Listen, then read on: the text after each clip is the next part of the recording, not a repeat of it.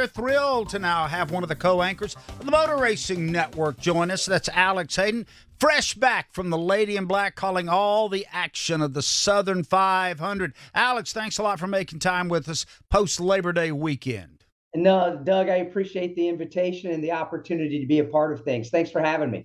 You know, Alex, Doug mentioned the fact that we have another Southern 500 in the books. We have Kyle Larson as being the first driver to punch his way into round number 2 of the playoffs. After one race in this 10-race playoffs, do we have a better picture of what we might see as this 10 races unfold? That's a great question. And I have to lean to the side of no. I don't think we do have the clear picture because there's been so much inconsistency, especially through the summer stretch. And now what we saw in the Cookout Southern 500 to kick the playoffs off, how many of these 16 drivers had a clean race?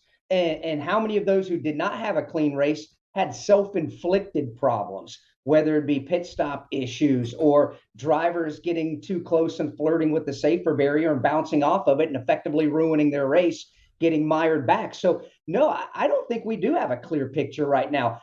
When I was looking at the 16 playoff drivers this morning, kind of going through each one's race, I can only come up with Byron and Buescher and maybe Blaney as 3 drivers who really didn't have some sort of an issue in the running of the Southern 500. So I just can't really say there is a clear vision right now.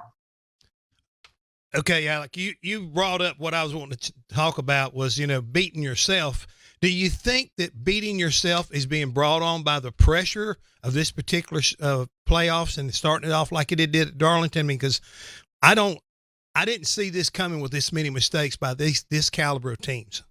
No, I'm with you 100%, Jeff. I did not see this either. And I think a lot of it's got to do with drivers need to get all they can get.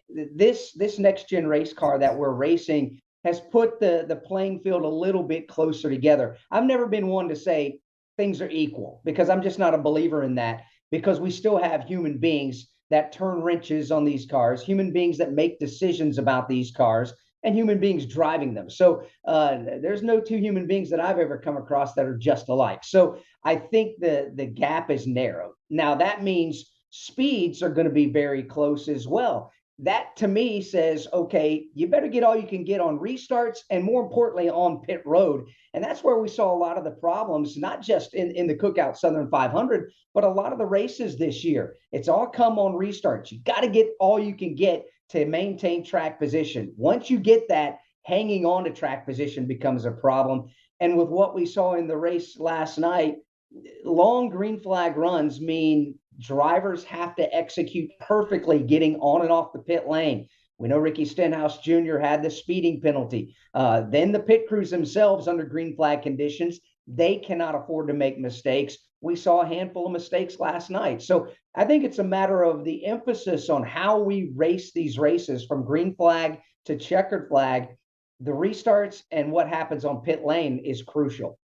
Alex, I'm sure a lot of people were hoping to go to the pay window if they had Martin Truex Jr. on their team in any way, shape, or form at Darlington, and he just seemed to be non-existent.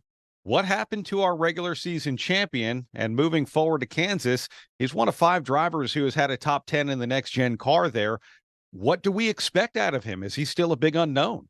I absolutely think so. And I think that's also something we've seen, not just with our 16 playoff drivers, but I think across the board, just consistency isn't there. So when you put together a good string of races, then there seems to always kind of just be one of those races that kind of takes you a step or 2 back. I think right now Roush Fenway Keselowski Racing is putting together the best in the consistent department. They're able to overcome the hiccups that we're seeing. Now, Martin Truex Jr., I was a little surprised from the time they went on the track for practice and into pole qualifying on Saturday to the time we ran 500 miles in the race. They just didn't seem to have it. And when I say it, I use finger quotes on that. They were just off. Something was off the entire weekend with the 19 team. But I believe in them, and I believe in Truex. I believe in James Small, and I believe in that race team. They're in the playoffs and in the situation they're in because they're that good. the beauty, and I guess you could say the detriment of the format that we have here in the playoff system in the NASCAR Cup Series is you got 3 races in every round to try to get the job done. Right now, Martin Truex Jr., I think they've used their mulligan. So if you follow Alex Hayden on social media, you know the man enjoys a good round of golf. So if you're a golfer, that means you have watched Caddyshack innumerable times. So with that in mind, with that setup, Alex, is there in these 16 drivers a Cinderella boy that can wind up in the Final Four? Somebody we're not thinking about. So give me your Cinderella boy. Wow, that's a heck of a setup, Doug. That's why you're Doug Rice. There you go. Yeah, I mentioned that there's no human beings are the same. That's why Doug Rice is up here and the rest of us are down here. You know, it's initially I would say it's Chris Buescher, but can you really call Chris Buescher that Cinderella story? He's won 3 of the last 6 races.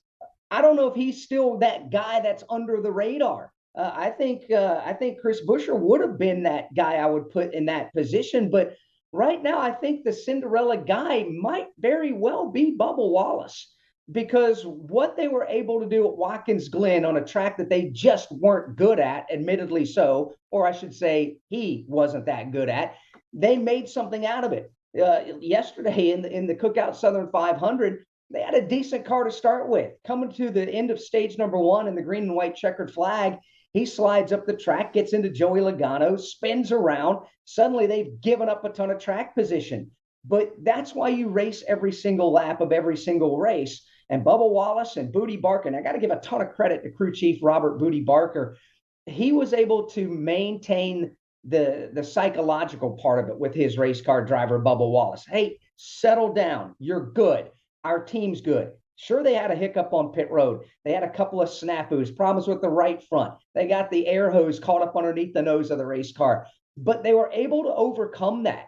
And when you look at how champions win championships, no matter what the format in NASCAR racing, you're going to have to face adversity. And it's how you respond to that adversity. And I think the 23 team responded quite well and rallied back to have a solid finish in the Southern 500 to get the playoffs started.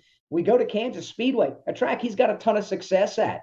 We know once you move on down the line, he's won at Talladega Super Speedway. I think with the not only the decision making for Booty Barker, but I think the psychological part of it that Booty Barker is going to have to play with his driver Bubba Wallace.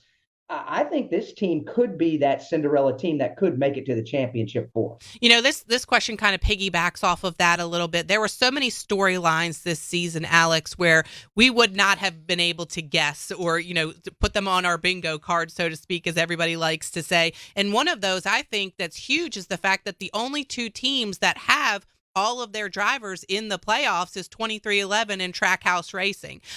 You know, you already talked about a path that you see for 23XI to get to the Final Four. Do you see a path where Trackhouse could potentially put a driver in the Final Four? Alexis, I'm worried about Trackhouse this year. And the reason being is because they had such a great year last year. We know Daniel Suarez won at Sonoma last year. Then Ross Chastain does what he did with the multiple wins and what he did to get into the championship 4 at Martinsville Speedway, coming home just short of a championship. So I think based off of what we saw a year ago, expectations, and in my eyes, rightly so, expectations for Trackhouse were very high coming into 2023. Obviously, it's been a bit of a disappointment, a down year for Daniel Suarez in the 99. Ross Chastain came out, ran very well early on. Obviously, the dust-ups that he had with specifically Kyle Larson and some of the other Chevrolet drivers resulted in a stern talking to, not just from Justin Marks, but apparently from a lot of other people in the sport, whether it be from Chevrolet or whatever the case may be. And since that, to me, Ross Chastain has been down just a bit. I understand you have to tame your driver.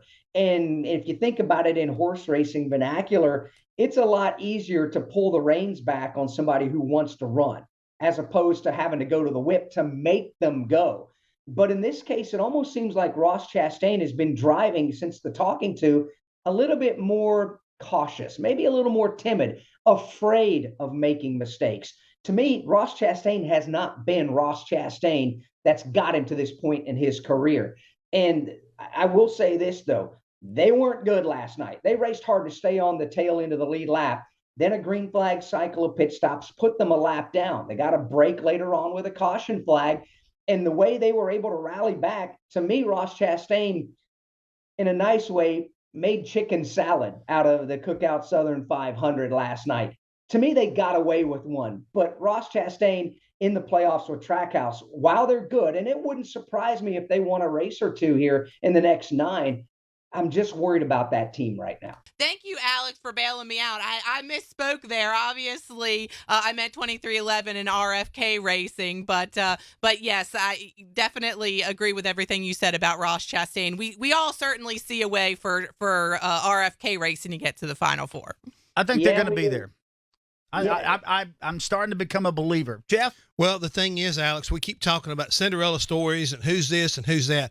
I would like to kindly point out, and I want to get your opinion of this. We're talking all over and around. Who's leading the points right now? William Byron and Kyle Larson. They've only got 2 cars in this playoff, and I'm talking about Hendrick Motorsports. But to me, just because they got 2, it doesn't mean they're not as dangerous as they've ever been. 100% agree.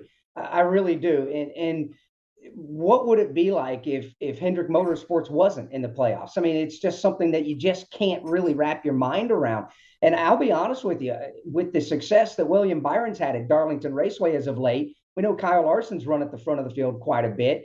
When practice and qualifying wrapped up Saturday in Darlington, I was a little shocked. My eyes got pretty wide when I realized there was not a Chevrolet qualified in the top 10 at Darlington Raceway. I went back and looked at this, about as unofficial as I can, but I took a good look at it.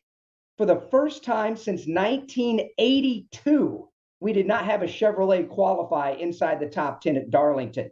And when you think about the Hendrick Motorsports and all the other Chevrolet teams, but specifically Hendrick, to your point, Jeff, it's mind-boggling. So I wasn't sure what to expect. If they were that far off in practice and qualifying, we know you can't adjust on the car too much before a race.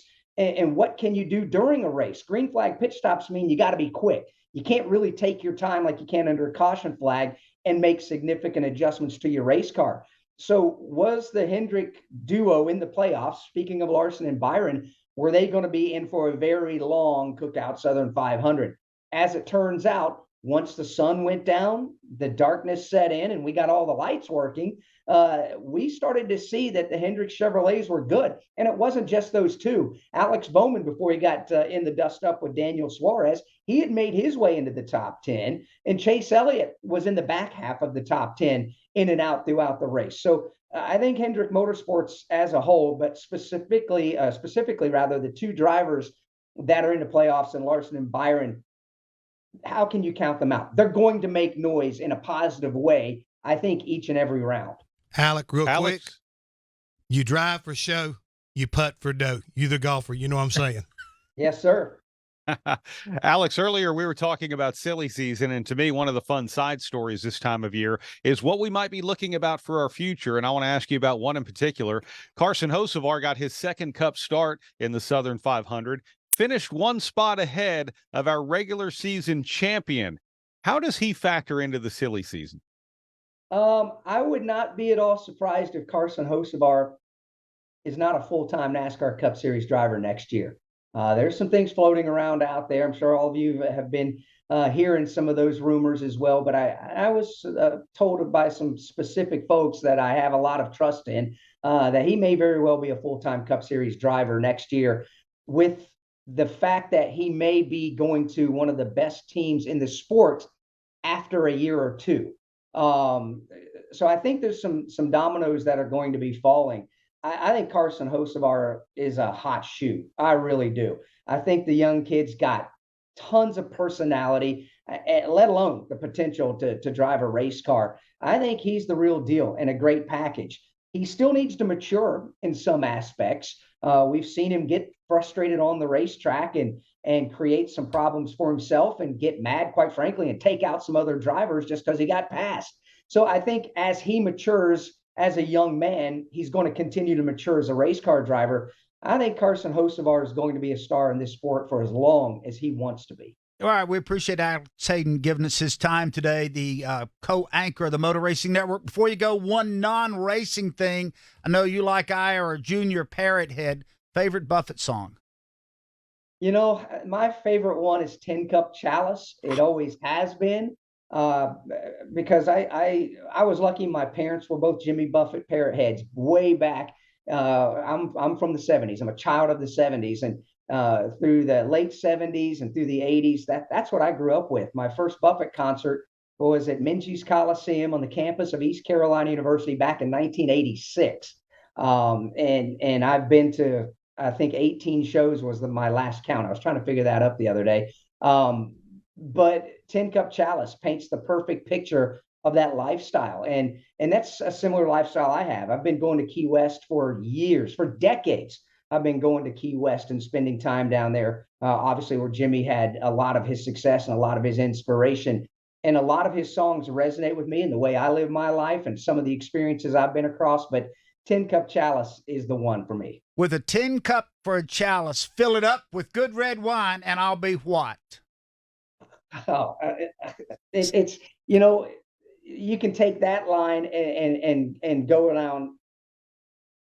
There's other parts of that song where it just says, I want to go back to the island. Yeah. And to me, that is the one sentence in the entire song that resonates the most with me, because no matter where I'm at, whether it's at a racetrack or sitting in a doctor's office or whatever the case may be, I can think I want to go back to the island. And whether that's Key West or a metaphor to go back to a place I'm happy, that is the main line from the song that I want. Hey, thanks for tuning in. Be sure to like, share, subscribe, comment, and hit that notification bell so you can be notified of great content we post weekly from our Fast Talk, O'Reilly Auto Parts Pit Reporters, or JC's Garage programs.